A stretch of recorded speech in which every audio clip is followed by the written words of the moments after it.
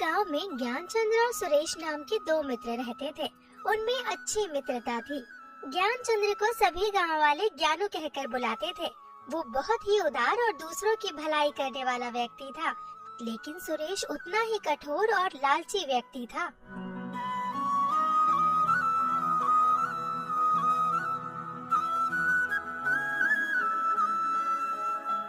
ज्ञानू भाई, अपनी कमाई तो तुम दूसरों की भलाई में लगा देते हो, इसी कारण एक न एक दिन तुम भिखारी बन जाओगे। अरे दोस्त, ऐसा कभी नहीं होगा। क्या तुमने वो कहावत नहीं सुनी, कर भला तो हो भला? ऐसी कहावतें तो बस कहने में ही अच्छी लगती है। अरे भाई, जब मैंने किसी के साथ कभी बुरा नहीं किया तो मेरे साथ बुरा क्यों होगा? ये तो सभी जानते हैं कि तुम्हारे खेतों में सबसे अच्छी फसल होती है, लेकिन तुम आधे से ज्यादा बेचकर गांव वालों की भलाई में लगा देते हो। कहीं ऐसा ना हो कि एक दिन तुम्हें भारी नुकसान उठाना पड़े। ऐसा कभी नहीं होगा मित्र, तुम चिंता मत करो। तुम मेरी बात तो मानोगे नहीं, तुम्हें समझाने का कोई फायदा नहीं है। अच्छा ठीक है, अब मैं चलता हूँ। ठीक है मित्र, मैं भी चलता हूँ। सुरेश को ज्ञानचंद्र की ये दरियादिली पसंद नहीं आती थी, क्योंकि इसी वजह से सारे गांव वाले ज्ञानचंद को बहुत पसंद करते थे। वो बड़बड़ाते हुए अपने घर को जा रहा था।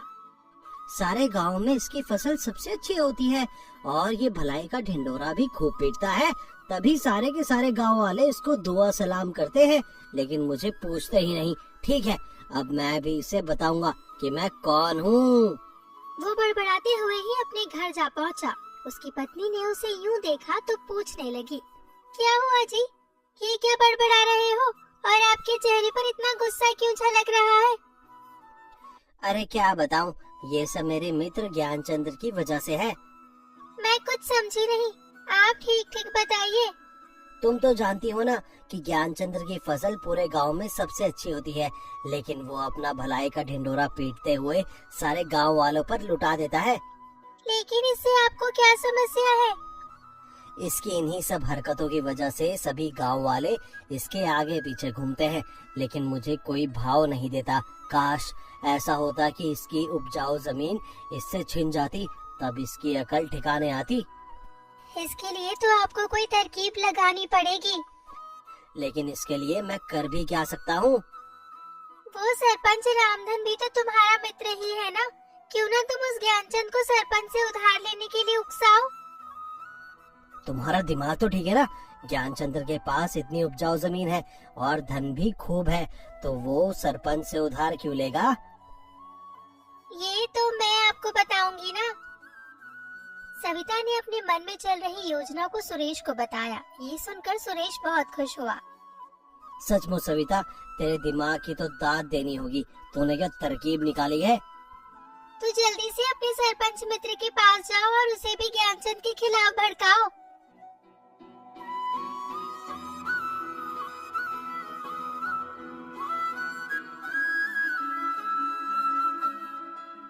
सविता की बात मानकर सुरेश सरपंच रामधन के पास जा पहुंचा। राम राम सरपंच जी। कहो सुरेश, कैसे हो?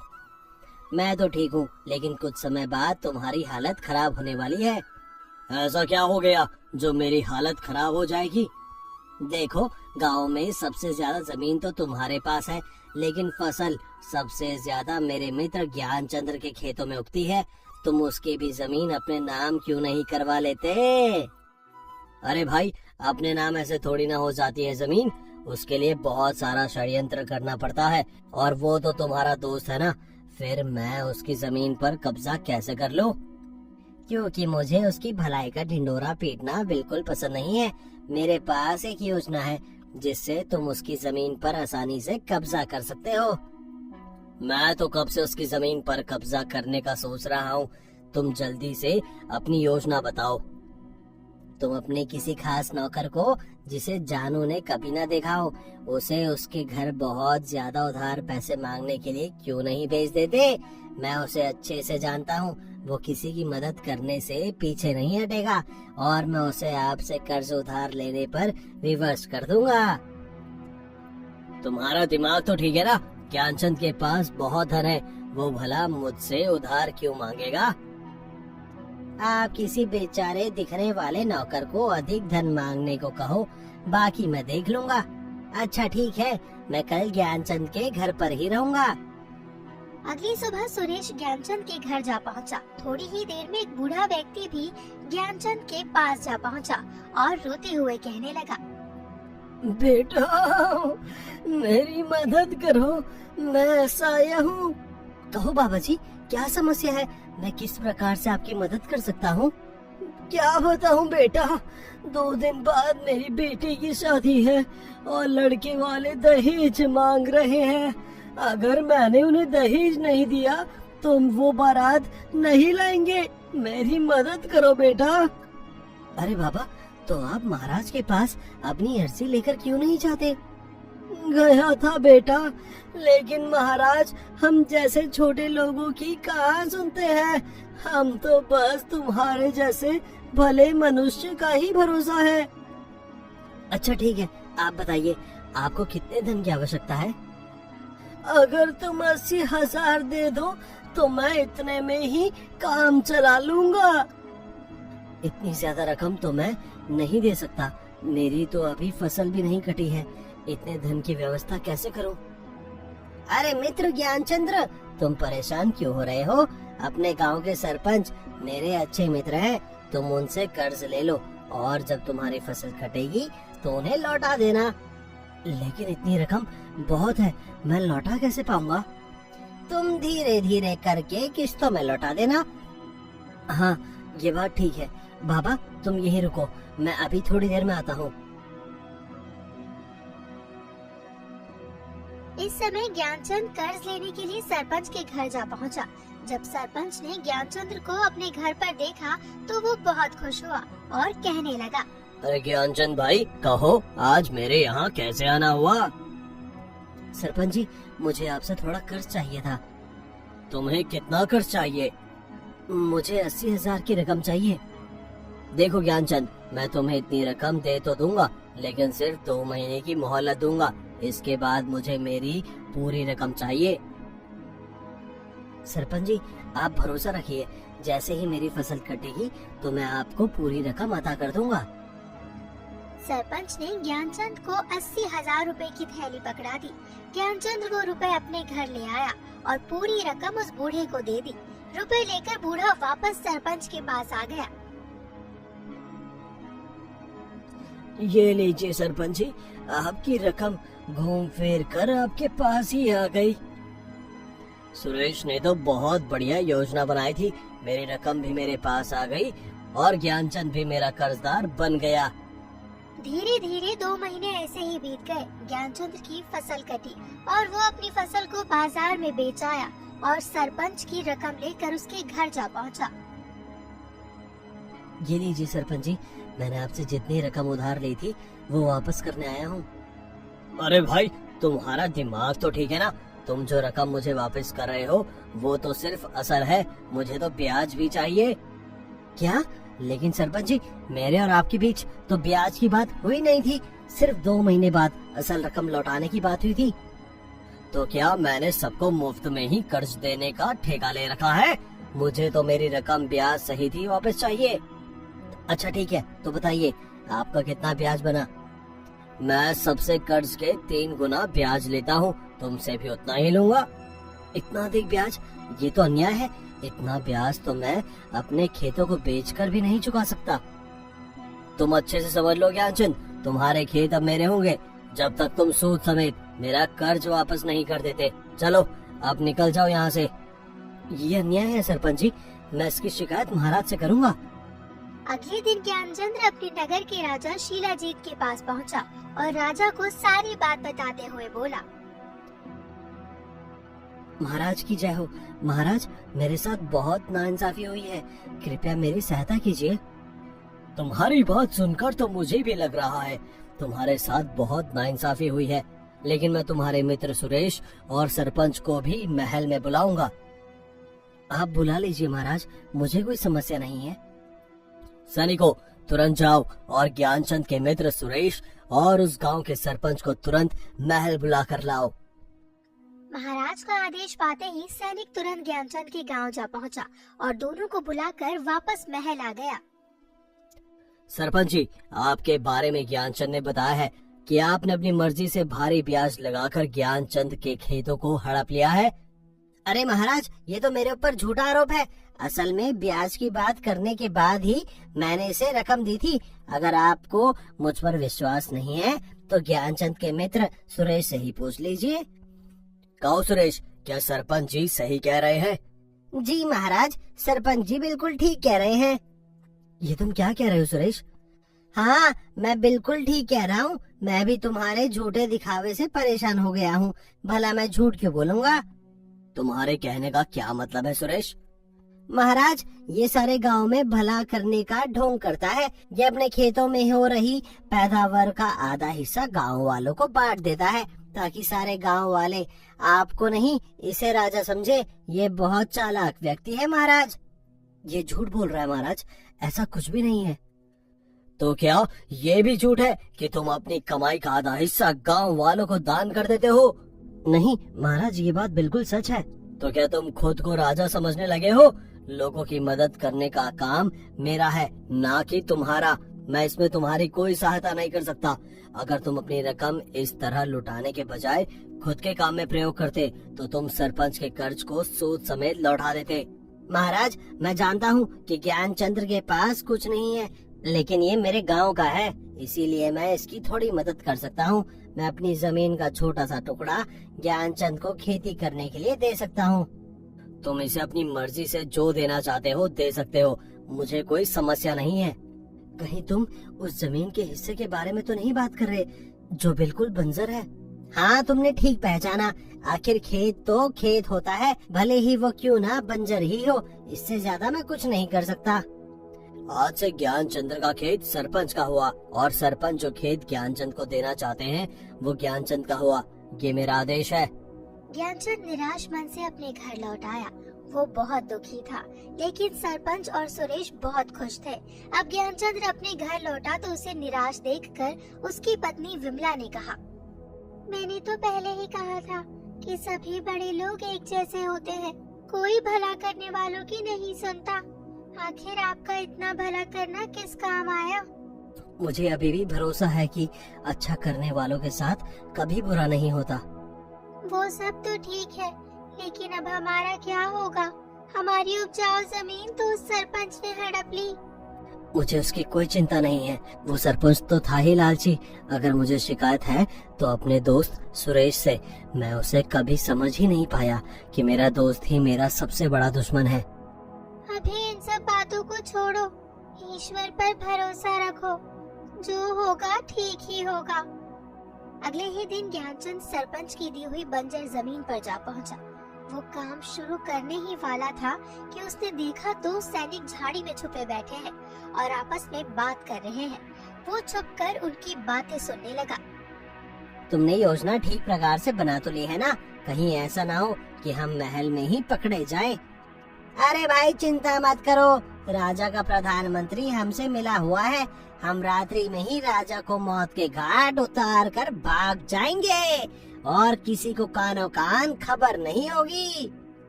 अच्छा, तो ये सैनिक महाराज को मारने की गुप्त योजना बना रहे हैं। मुझे जल्द से जल्द ये बात महाराज को बतानी होगी।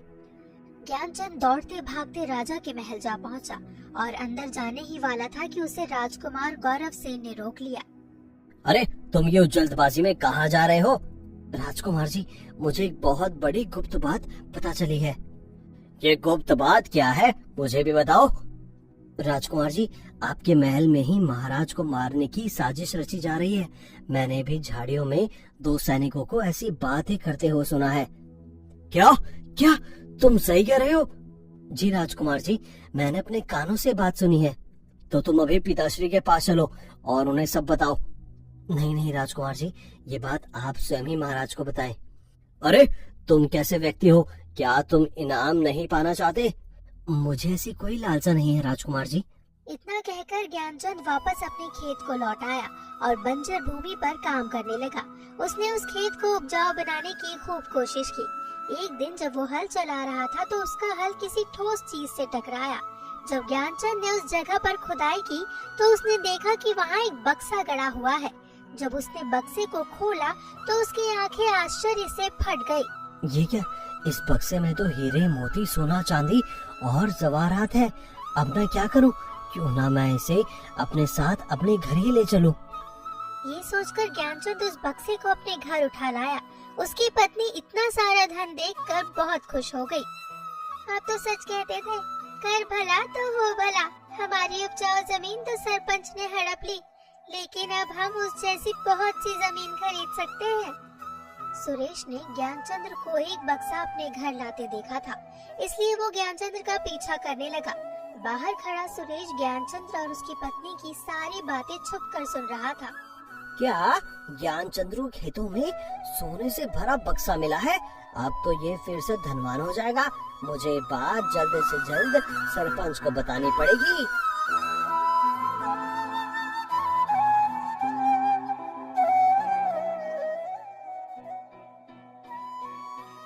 उसी वक्त सुरेश तुरंत ही सरपंच के घर जा पहुंचा और कहने लगा, अरे सरपंच भाई, तुमने जो बड़ी बड़ी बातें कर वो बंजर जमीन ज्ञानचंद्र को दी थी, उसी बंजर जमीन से उसे सोने से भरा संदूक मिला है, जिस पर सिर्फ तुम्हारा अधिकार है। क्या बात कर रहे हो तुम? अगर ये बात सच है तो मैं वो संदूक ज्ञानचंद्र से वापस ले लूंगा। थोड़ी ही देर बाद सरपंच और सुरेश ज्ञानचंद्र के घर जा पहुंचे और उसे धमकाते हुए कहने लगे, मुझे उस सोने से भरा संदूक दे दो ज्ञानचंद्र, जो मेरे खेत से निकाला है। बकवास मत करो, तुमने उस जमीन महाराज के सामने खुद ही मुझे दी थी। अब उस जमीन पर तुम्हारा कोई अधिकार नहीं। उस पर सोने निकले चाहे मिट्टी, उस पर सिर्फ और सिर्फ मेरा ही अधिकार है। सरपंच को जब कोई चारा नहीं दिखा तो वो दोनों महाराज के पास जा पहुंचे और कहने लगे, महाराज की जय हो। अब तुम्हें क्या समस्या हो गई सरपंच जी? महाराज, जो ज्ञानचंद ने अपनी उपजाऊ जमीन मेरे नाम कर दी थी, उसमें से एक सोने से भरा संदूक निकला है, जिसे ज्ञानचंद ने अपने कब्जे में ले लिया है। महाराज, कृपया करके मेरी संपत्ति मुझे वापस करवा दीजिए। सैनिकों, ज्ञानचंद को तुरंत दरबार में पेश किया जाए। सैनिक ज्ञानचंद्र को तुरंत ही महल बुला लाए। महाराज, सरपंच जी झूठ बोल रहे हैं। संदूक इनके बंजर खेत से निकला है, जो इन्होंने मेरे नाम कर दी थी। महाराज, ज्ञानचंद्र झूठ बोल रहा है। ये मेरे बचपन का मित्र है और मैं इसे बचपन से जानता हूँ। अब मुझे समझ आया कि ये लोगों की भलाई कैसे करता था, क्योंकि ये एक चोर व्यक्ति भी है। उन सभी में बहस हो रही थी कि तब तक राजकुमार दरबार आ पहुँचे और ज्ञानचंद्र को देखकर महाराज से कहा, अरे पिताश्री, ये तो वही व्यक्ति है जिन्होंने आपकी जान बचाई थी। तुम क्या कहना चाहते हो? ठीक ठीक बताओ। पिताश्री, कल दूसरे राज्य के गुप्तचर पकड़े गए हैं, जो आपका वध करने वाले थे। ये सूचना इसी व्यक्ति ने ही मुझे दी थी, और वो धोखेबाज व्यक्ति कोई और नहीं, हमारा प्रधानमंत्री ही है। ये सूचना भी मुझे इसी व्यक्ति ने दी थी। तो ये सूचना इसने स्वयं मुझे क्यों नहीं दी? मैंने इससे कहा था कि ये बात वो स्वयं महाराज को बताए, वो तुम्हें इनाम भी देंगे, परंतु इसने मना कर दिया। तुम ही बताओ ज्ञानचंद, जब तुम्हें इतनी जरूरी सूचना मिली थी तो तुमने मुझे क्यों नहीं बताया? इसके बदले तुम्हें ढेर सारा धन भी मिलता। महाराज, मेरे पिताजी ने मुझे एक बात सिखाई थी, कर भला तो हो भला। आपकी जान बचाना तो हमारा धर्म है। इस व्यक्ति की सच्चाई मुझे अब पता चली है, लेकिन दुख इस बात का है कि मैंने इसके साथ बहुत गलत किया। तुम दोनों अपनी सच्चाई ठीक तरीके से बता दो, नहीं तो तुम्हारी गर्दन धड़ से अलग करवा दी जाएगी। सरपंच और सुरेश बहुत घबरा गए। उन्होंने सच्चाई बताने में ही अपनी भलाई समझी। महाराज, हमें क्षमा कर दीजिए, हम सब ने झूठ बोला था। ध्यानचंद ठीक ही कह रहा है। सैनिकों, इन दोनों को ले जाकर तहखाने में डाल दो। महाराज, मेरी आपसे विनती है कि इन दोनों को छोड़ दीजिए। अरे कैसे इंसान हो तुम? इन दोनों ने तुम्हें धोखा दिया और तुम इन्हें बचाना चाहते हो। महाराज, मैं फिर से कहना चाहता हूँ, कर भला तो हो भला। इन दोनों ने मेरे साथ बुरा करना चाहा तो उनके साथ बुरा हुआ, और मैंने सबका भला चाहा तो मेरे साथ भला हुआ। हाँ ध्यानचंद, तुम बिल्कुल ठीक कह रहे हो। लेकिन फिर भी मैं इन दोनों को माफ नहीं कर सकता, क्योंकि मुझे यकीन है कि इन्हें अगर दंड नहीं दिया तो ये फिर से तुम्हारे साथ बुरा करेंगे। मैं आदेश देता हूँ कि तुम्हारा उपजाऊ खेत तुम्हें लौटा दिया जाएगा। साथ ही में ये भी आदेश देता हूँ कि सरपंच से इनका पद छीन लिया जाएगा और सुरेश को 5 वर्ष के लिए गांव निकाला देता हूँ।